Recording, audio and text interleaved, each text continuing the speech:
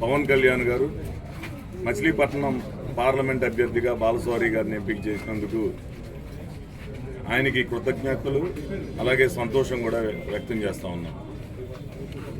గత 5 సంవత్సరాల నుంచి నియోజకవర్గంలో కానీ ఈ జిల్లాలో కానీ అనేక ప్రాజెక్టులు తీసుకొచ్చిన వ్యక్తి బాలశౌరి గారు. నేను చాలాసార్లు అనుకున్నాం, అంటే ఆయన గురించి నేను మా కారులో మాట్లాడుకునే వ్యక్తులకు మాత్రమే తెలుసు. బాలశౌరి గారి లాంటి ఎంపీ దొరికితే ఈ జిల్లాని బ్రహ్మాండంగా అభివృద్ధి చేయవచ్చు అని చెప్పేసి చాలాసార్లు అనుకున్నాం. కొన్ని ఆయన తీసుకొచ్చిన రోడ్లు కానీ ప్రాజెక్టులు కానీ రైల్వే ఫ్లైఓవర్లు కానీ లేకపోతే గుడివాడ పామర్ రోడ్డు కానీ ఇంకా చాలా ఉన్నాయి చెప్పుకుంటా పోతే.